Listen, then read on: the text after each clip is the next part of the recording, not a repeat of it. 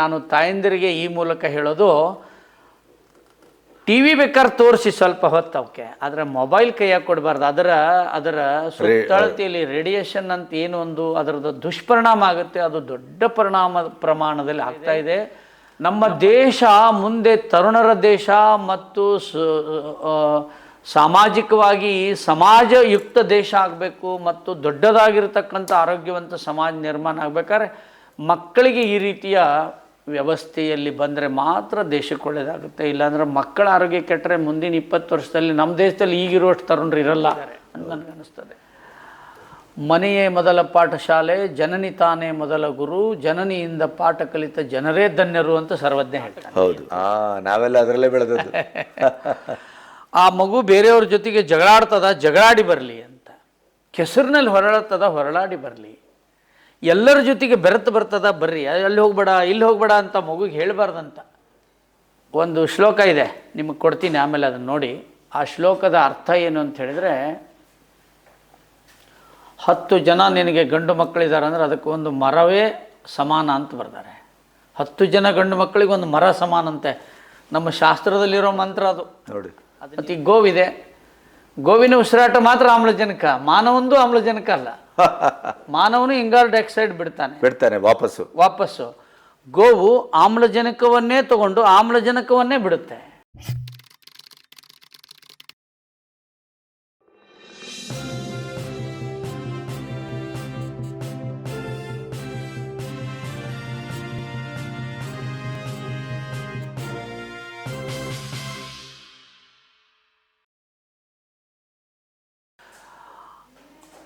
ಅರೆ ನಾನು ಈಗ ಬ್ರೆಡ್ ತಿನ್ನಬಾರ್ದಾ? ಅಲ್ಲ, ಬ್ರೆಡ್ಡೇ ಆಹಾರ ಅಲ್ಲ ಅಂತ ನನ್ನ ಅಭಿಪ್ರಾಯ. ಬ್ರೆಡ್ಡೇ ಆಹಾರ ಅಲ್ಲ. ಅವನಿಗೆ ರೊಟ್ಟಿ ಕೊಡ್ತಾ ಇದ್ದೀರಾ, ರೊಟ್ಟಿ ಜೊತೆಗೆ ಒಂದು ಬ್ರೆಡ್ ತಿನ್ನಿಸಿ, ನಡೀತದೆ. ಬಿಸ್ಕಿಟ್ ತಿನ್ನಿಸ್ತೀರಾ, ರಾಗಿ ಬಿಸ್ಕಿಟ್ ತಿನ್ನಿಸಿ. ಯಾವ ಬಿಸ್ಕೆಟನ್ನು ಒಂದು ಭಾರತ ಸರ್ಕಾರದವರು ಅದಕ್ಕೊಂದು ಮಾನ್ಯತಾ ಪತ್ರ ಕೊಟ್ಟಿರ್ತಾರೆ ಅಂತ ತಿನ್ನಿಸಿ. ಬಂದಿದ್ದಾವಲ್ಲ ಈಗ, ಮನೆಯಲ್ಲಿ ಮಾಡಿ ತಿನ್ನಿಸಿ. ಉಂಡೆ ಮಾಡಿ ತಿನ್ನಿಸ್ರಿ, ಎಳ್ಳುಂಡೆ ಮಾಡಿ ತಿನ್ನಿಸಿ. ನನ್ನ ಪುಸ್ತಕದಲ್ಲಿ ಬರೆದಿದ್ದೀನಿ ನಾನು. ಅಕ್ಕಿ ಉಂಡೆ ಮಾಡಿ ತಿನ್ನಿಸಿ. ಚಿಕ್ಕ ಮಕ್ಕಳ ಆರೋಗ್ಯಕ್ಕೆ ಸಂಬಂಧಪಟ್ಟಂಥ ಮಿಠಾಯಿ ಬದಲು ಏನು ಮಾಡಬೇಕು ಅನ್ನೋದು ಬರೆದಿದ್ದೀನಿ ನನ್ನ ಪುಸ್ತಕದಲ್ಲಿ. ಏನೇನು ಕೊಡಬೇಕು ಅನ್ನೋದು ಬರೆದಿದ್ದೀನಿ ಅದರಲ್ಲಿ. ಹಾಲು ಸಿಗೋದಿಲ್ಲ ನಗರದಲ್ಲಿ, ಕೊಬ್ಬರಿ ಹಾಲು ಮಾಡಿ ಕುಡಿಸ್ರಿ, ಹಸಿ ಕೊಬ್ಬರಿ ಹಾಲು ಮಾಡಿ ಕುಡಿಸ್ರಿ. ಅದು ಹಸು ಹಾಲಿನಷ್ಟು ತಾಕತ್ತಿರ್ತದೆ. ಎಳ್ನೀರು ಕುಡಿಸೋದು, ಆಮೇಲೆ ಜ್ಯೂಸ್ ಮಾಡಿ ಕುಡಿಸೋದು, ಕಬ್ಬಿನ ಹಾಲು ಮಾಡಿ ಕುಡಿಸೋದು ಮಗುವಿಗೆ. ಆ ರುಚಿ ಹೆಚ್ಚಿಸ್ಬೇಕು. ಖರ್ಜೂರ ತಿನ್ನಿಸೋದು, ಗೋಡಂಬಿ ತಿನ್ನಿಸೋದು, ದ್ರಾಕ್ಷಿ ತಿನ್ನಿಸೋದು. ನೋಡಿ, ಆ ಮಗುನ ಕರ್ಕೊಂಡು ಓಡಾಡಿಸ್ಬಿಟ್ರೆ ಅದು ಎಲ್ಲನೂ ತಿನ್ಲಿಕ್ಕೆ ಶುರು ಮಾಡ್ತದೆ.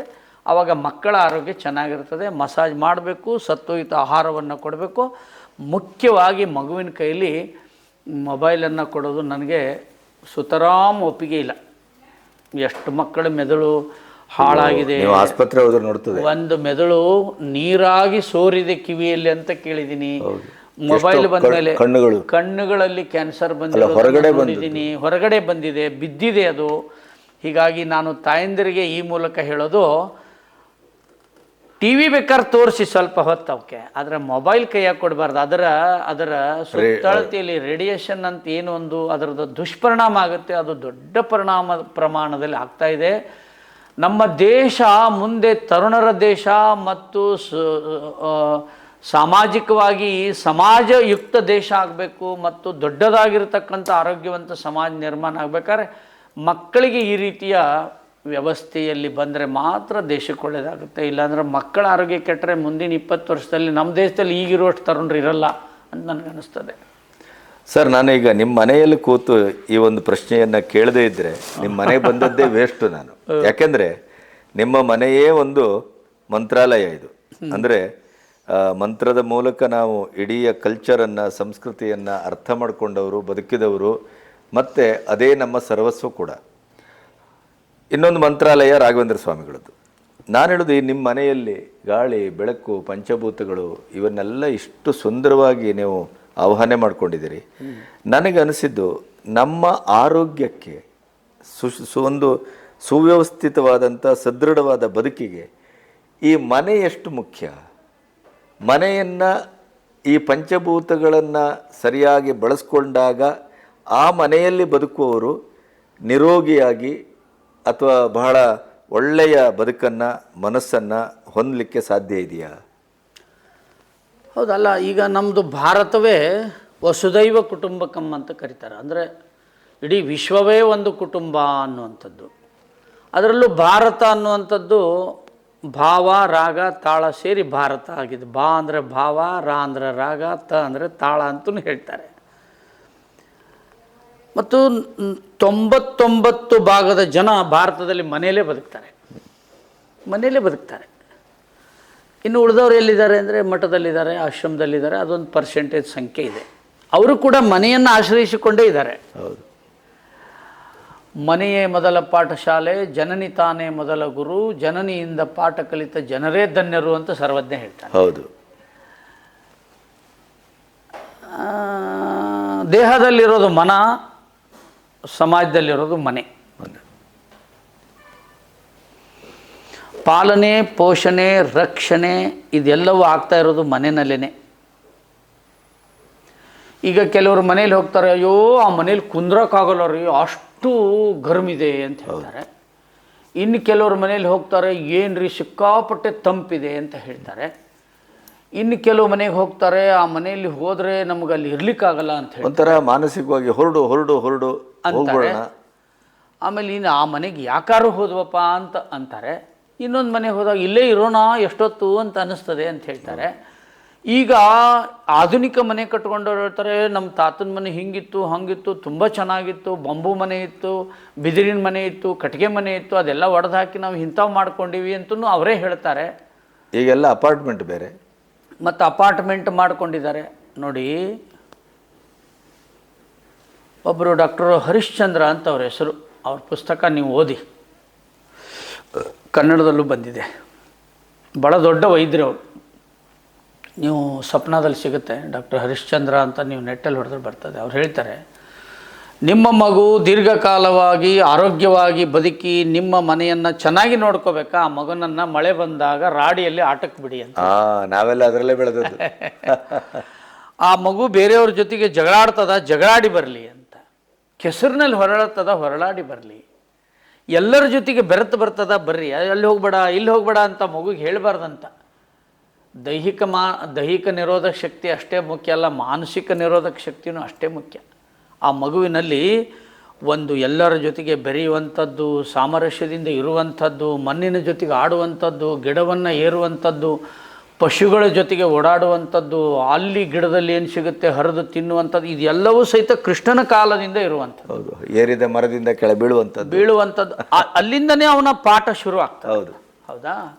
ನೀವು ಮನೆ ಬಗ್ಗೆ ಕೇಳಿದ್ರಿ. ನಾನು ಈ ಮಣಿಪಾಲು, ಉಡುಪಿ, ಧರ್ಮಸ್ಥಳ, ಉಲ್ಲಾಳ, ಈ ಕಡೆ ಎಲ್ಲ ಹೊನ್ನಾವರ, ಭಟ್ಕಳದಲ್ಲಿ ಮನೆಗಳನ್ನು ನೋಡಿದಾಗ ಎಷ್ಟು ಸಂತೋಷ ಆಗುತ್ತೆ ಅಂದರೆ ಇಲ್ಲೇ ಇದ್ಬಿಡೋನೇನಪ್ಪ ಅಂತ ಮನೆ ನೋಡಿದ್ದೀನಿ ನಾನು.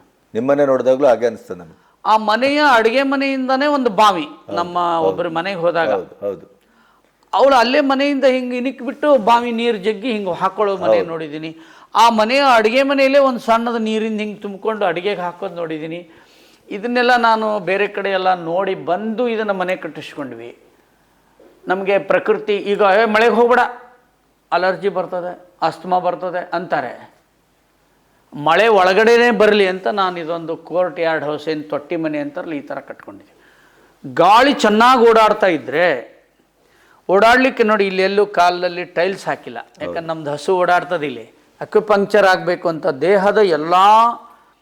ದೇಹದ ಬಿಂದುಗಳಿದಾವಲ್ಲ, ಅದರ ಬಿಂದುಗಳದ ಅನುರೂಪ ಬಿಂದು ಕಾಲಿನಲ್ಲಿದ್ದಾವೆ. ಅದರಲ್ಲಿ ಓಡಾಡೋದ್ರಿಂದ ಅಲ್ಲೇನು ಅಕ್ಯುಪ್ರೆಷರ್ ಆಗುತ್ತೆ, ಅದು ಸಚೇತನಗೊಳ್ತದೆ, ಆಕ್ಟಿವೇಟ್ ಆಗ್ತದೆ. ಅದರಿಂದ ಈ ರೀತಿ ಕಲ್ಲುಗಳನ್ನು ಹಾಕೋದು ನೋಡಿ, ಇಲ್ಲಿ ನೀರು ನಿಂತಿರೋದು, ಅಲ್ಲಿ ಕಮಲ ಬೆಳೆದಿರೋದು, ಅಲ್ಲಿ ಗೋವಿದೆ.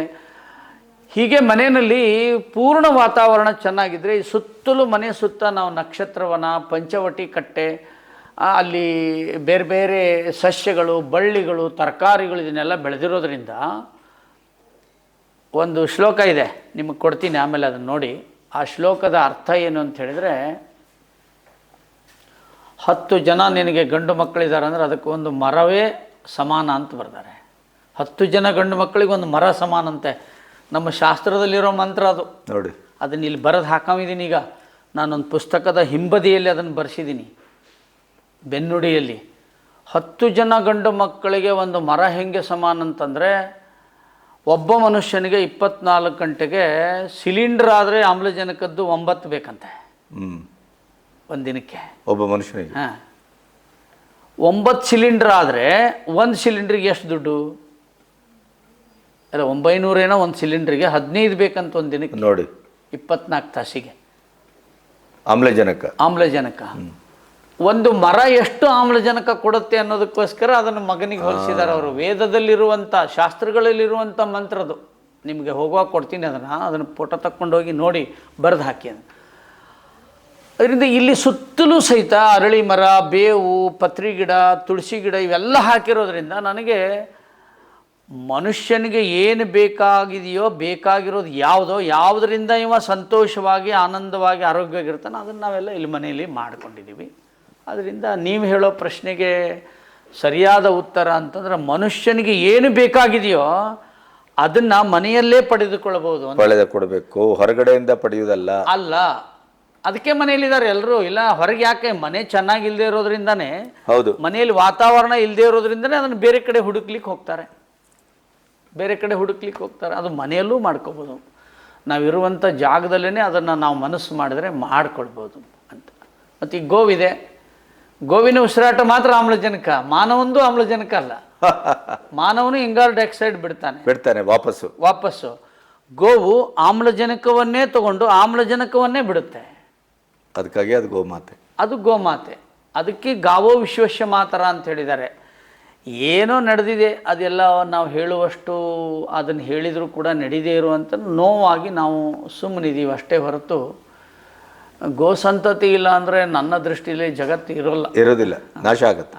ಬರೀ ಜೇನುಹುಳ ಇಲ್ಲ ಅಂದರೆ ಬ್ರಹ್ಮಾಂಡ ಇರೋದಿಲ್ಲ ಅಂತ ಒಬ್ಬ ಹೇಳಿ. ಹೌದೌದು. 4 ವರ್ಷಗಳ ಕಾಲ ಈ ಜಗತ್ತಿನಲ್ಲಿ ಜೇನುಹುಳ ಇಲ್ಲಂದರೆ ಈ ಬ್ರಹ್ಮಾಂಡವೇ ನಾಶ ಸ್ಥಿತಿಗೆ ಬರುತ್ತೆ ಅಂತ ಹೇಳಿದೆ. ಗೋವಿಲ್ಲ ಅಂದರೂ ಇರಲ್ಲ ಈ ದೇಶ, ನನ್ನ ಪ್ರಕಾರ. ಈ ದೇಶ ಅಲ್ಲ, ಪ್ರಪಂಚವೇ ಇರಲ್ಲ. ನಮ್ಮ ಕೆಲವು ಪುಸ್ತಕಗಳಲ್ಲಿ ಬರೆದಿರೋದನ್ನು ನಾವು ಓದಿದ್ದೀನಿ. ಭೂಕಂಪ ಆಗುವುದಕ್ಕೆ ಕಾರಣವೂ ಸಹಿತ ಗೋವಿನ ಹಿಂಸೆ, ಹತ್ಯೆ ಅಂತಲೂ ಇದೆ. ಅದನ್ನು ಉಲ್ಲೇಖ ಮಾಡಿದ್ದಾರೆ ಜಪಾನ್ ದೇಶದಲ್ಲಿ, ನೋಡ್ಬೋದು ಅದನ್ನು. ಅಷ್ಟು ಆಳಕ್ಕೆ ಹೇಳಕ್ಕೆ ಹೋದರೆ ಈಗ ಅದನ್ನು ಒಪ್ಪೋ ಸ್ಥಿತಿನಲ್ಲಿ ಇಲ್ಲ.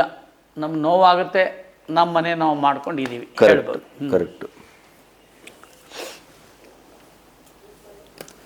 ಸರ್. ಈಗ ರೋಗ ನಿರೋಧಕ ಶಕ್ತಿ ಅಂದರೆ ಹೇಗೆ ನೀವು ಅರ್ಥೈಸ್ತೀರಿ? ಇದರ ವೃದ್ಧಿಯನ್ನು ಮಾಡ್ಕೊಳ್ಳೋದು ಹೇಗೆ?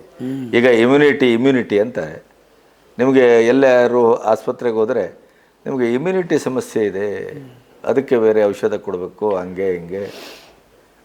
ನಾನು ಭಾಳಷ್ಟು ಕಾರ್ಯಕ್ರಮಗಳಲ್ಲಿ ಇದನ್ನೇ ಹೇಳಕ್ಕೆ ಹೋಗ್ತೀನಿ.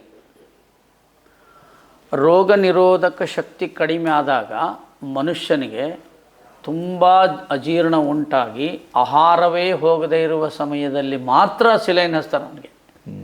ಸಿಲೈನ್ ಯಾಕೆ ಹಚ್ತಾರಂದರೆ, ರೋಗ ನಿರೋಧಕ ಶಕ್ತಿ ಕಮ್ಮಿ ಆತಂದ್ರೆ ಆಹಾರ ತಿಂದುಬಿಟ್ರೆ ಇನ್ನಷ್ಟು ಅದು ಅಡ್ವರ್ಸ್ ವಿಷ ಆಗುತ್ತೆ ಅಂಥೇಳಿ ಅದನ್ನು ಅವರಿಗೆ ಸಿಲೈನ್ ಹಚ್ಚಿರ್ತಾರೆ. ರೋಗ ನಿರೋಧಕ ಶಕ್ತಿ ಅಂದರೆ ಆಹಾರವೂ ಜೀರ್ಣ ಆಗಲ್ಲ, ಔಷಧವೂ ಜೀರ್ಣ ಆಗಲ್ಲ. ಗೊತ್ತಾಯಿತು. ಅವ್ರಿಗೆ ಔಷಧವೂ ಜೀರ್ಣ ಆಗಲ್ಲ. ಅದಕ್ಕೆ ಮೈಕ್ರೋ ಸ್ವರೂಪದಲ್ಲಿ ಅದಕ್ಕೆ ಇದನ್ನು ಹಾಕಿ ಏನೇನೋ ಕೆಲವೊಂದು ಹಾಕ್ತಾರೆ, ಹೊರಗೆ ಎಳ್ನೀರು ಕುಡಿಸ್ರಿ ಅಂತ ಹೇಳ್ತಿರ್ತಾರೆ. ಅದು ರೋಗ ನಿರೋಧಕ ಶಕ್ತಿ ನಿಧಾನವಾಗಿ ಜಾಸ್ತಿ ಮಾಡಿ ಮುಂದೆ ಸ್ವಲ್ಪ ದಿನ ಆದಮೇಲೆ ಅವನಿಗೆ ಅದನ್ನೇ ಲಂಘನಂ ಪರಮೌಷಧಂ ಅಂತ ಹೇಳಿದೆ. ರೋಗ ನಿರೋಧಕ ಶಕ್ತಿ ಅಂದರೆ ನೀವು ಹೇಳಿದ್ರಲ್ಲ, ಆಗಲೇ ಒಂದು ಪ್ರಶ್ನೆ ಕೇಳಿದ್ರಲ್ಲ, ರೋಗವೇ ಬಾರದಂತೆ ಬದುಕಬೇಕಾತು ಅಂತಂದರೆ ರೋಗ ನಿರೋಧಕ ಶಕ್ತಿನೇ ಬೇಕು, ಮೂಲಧಾತು. ರೋಗ ನಿರೋಧಕ ಶಕ್ತಿ ಹೆಂಗೆ ಬರುತ್ತೆ ಅಂದರೆ, ನಾನು ಆಗಲೇ ಹೇಳಿದ್ದನ್ನೇ ಫಾಲೋ ಮಾಡೋದು, ಸಮಯಕ್ಕೆ ಸರಿಯಾಗಿ ಊಟ ಮಾಡೋದು, ನೀರನ್ನು 2.5ರಿಂದ 3 ಲೀಟ್ರು 3.5 ಲೀಟ್ರ್ವರೆಗೂ ನೀರು ಕುಡಿಯೋದು, ಶುದ್ಧವಾದ ನೀರನ್ನು ಕುಡಿಯೋದು, ಕೆಲಸವನ್ನು ಮಾಡೋದು. ಕಾಯಕವೇ ಕೈಲಾಸ. ನಾವು ವ್ಯಾಯಾಮ ಮಾಡೋದಕ್ಕಿಂತ ಬೆಸ್ಟ್ ಅಂದರೆ ಏನಾದ್ರು ಕೆಲಸ ಮಾಡಬೇಕು, ವಾಕಿಂಗ್ ಮಾಡಬೇಕು. ಒಬ್ರು ಹಂಗೆ ಹೇಳ್ತಾರೆ, ಕಿಂಗ್ ಯಾರು ಅಂದರೆ ವಾಕಿಂಗ್ ಮಾಡವ ಅಂತ, ರಾಜ ಅಲ್ಲ. ವಾಕಿಂಗ್ ಮಾಡವ ಯಾವುದನ್ನು ನಾವು ಆರೋಗ್ಯದೊಳಗೆ ಕಿಂಗ್ ಅಂತೆ. ನೀವು ವಾಕಿಂಗ್ ಮಾಡೋಕ್ಕೆ ಬಿಡಲ್ಲ. ಈಗ ರೋಡಲ್ಲಿ ಹೊಂಟ್ರೆ ಹತ್ತು ಬರ್ರಿ ಅಂತಾರೆ. ಒಳ್ಳೇದು ಮಾಡೋಕ್ಕೆ ಹೋಗಿ ನಮ್ಮ ಆರೋಗ್ಯವನ್ನು ತೊಂದರೆ ಆಗುತ್ತೆ. ಅದಕ್ಕೋಸ್ಕರ ವಾಕಿಂಗ್ ಮಾಡೋದು. ಪಾದಗಳು ವಾಕಿಂಗ್ ಮಾಡಿದಾಗ ಆಗುವಂಥ ಅಕ್ಯುಪ್ರೆಷರ್ನಿಂದ ಕರುಳಿನ ಬಲ ಜಾಸ್ತಿ ಆಗ್ತದೆ. ಕರುಳಿನ ಬಲ ರೋಗ ನಿರೋಧಕ ಶಕ್ತಿ ಅಂದರೆ ಕೆಲವರಿಗೆ ಅದು ಸರ್ವಾಂಗೀಣ ರೋಗ ನಿರೋಧಕ ಶಕ್ತಿ ಹೆಚ್ಚಾಗಬೇಕು. ಕಣ್ಣಿಂದ ಕಡಿಮೆ ಆಗಿರ್ತದೆ, ಕಿವಿದು ಹೆಚ್ಚಿರ್ತದೆ, ಕಿವಿದು ಕಮ್ಮಿ ಆಗಿರ್ತದೆ, ಬಾಯ್ದು ಹೋಗಿರ್ತದೆ, ಕೆಲವರಿಗೆ ಎಂಜಲು ಒಸರೋದಿಲ್ಲ, ಕೆಲವರಿಗೆ ಮೆದುಳು ವರ್ಕ್ ಮಾಡೋದಿಲ್ಲ. ಆರೋಗ್ಯ ಸಂಸ್ಥೆ ಪ್ರಕಾರ ಏನು, ಮನಸ್ಸು, ಬುದ್ಧಿ, ದೇಹ ಮತ್ತು ಸಾಮಾಜಿಕ ಆರೋಗ್ಯ ಚೆನ್ನಾಗಿದ್ದು ಇಟ್ಕೊಂಡವ ಮಾತ್ರ ಆರೋಗ್ಯವಂತ ಅಂತ. ತಾ ಚೆನ್ನಾಗಿರ್ತಾನೆ, ಸಮಾಜವನ್ನು ಹಾಳು ಮಾಡ್ತಿರ್ತಾನೆ, ಅದು ಕೂಡ ಆರೋಗ್ಯ ಅಲ್ಲ. ಈ ದೃಷ್ಟಿಯಿಂದ ರೋಗ ನಿರೋಧಕ ಶಕ್ತಿಯನ್ನು ಹೆಚ್ಚಿಸ್ಕೊಳ್ಬೇಕಾದ್ರೆ ಅದಕ್ಕೆ ಬೆಸ್ಟ್ ಮೆಥಡ್ ಯಾವುದು ಅಂದರೆ, ಚೆನ್ನಾಗಿ ಆಯಾಸ ಆಗದೇ ಇರುವಷ್ಟು ವಯಸ್ಸಿಗನುಗುಣವಾಗಿ ಕೆಲಸವನ್ನು ಮಾಡಬೇಕು. ಕೆಲಸ ಮಾಡೋಕ್ಕಾಗಲಿಲ್ಲ ಅಂದರೆ ಕನಿಷ್ಠ 1 ಗಂಟೆ ಆದರೂ ಯೋಗ, ವ್ಯಾಯಾಮ, ಪ್ರಾಣಾಯಾಮ, ಮುದ್ರಾ ಯೋಗ ಮಾಡಲೇಬೇಕು. ಮತ್ತು ಸತ್ಸಂಗ ಮಾಡಬೇಕು, ಸಜ್ಜನರ ಜೊತೆಗೆ ಬರಿಬೇಕು. ಅವಾಗ ಮಾತ್ರ ಒಂದು ರೋಗ ನಿರೋಧಕ ಸಜ್ಜನರ ಸಂಘ ಹೆಜ್ಜೆಯನ್ನು ಸವಿದಂತೆ. ಇಷ್ಟು ಹೇಳ್ಬೋದು ಅದಕ್ಕೆ.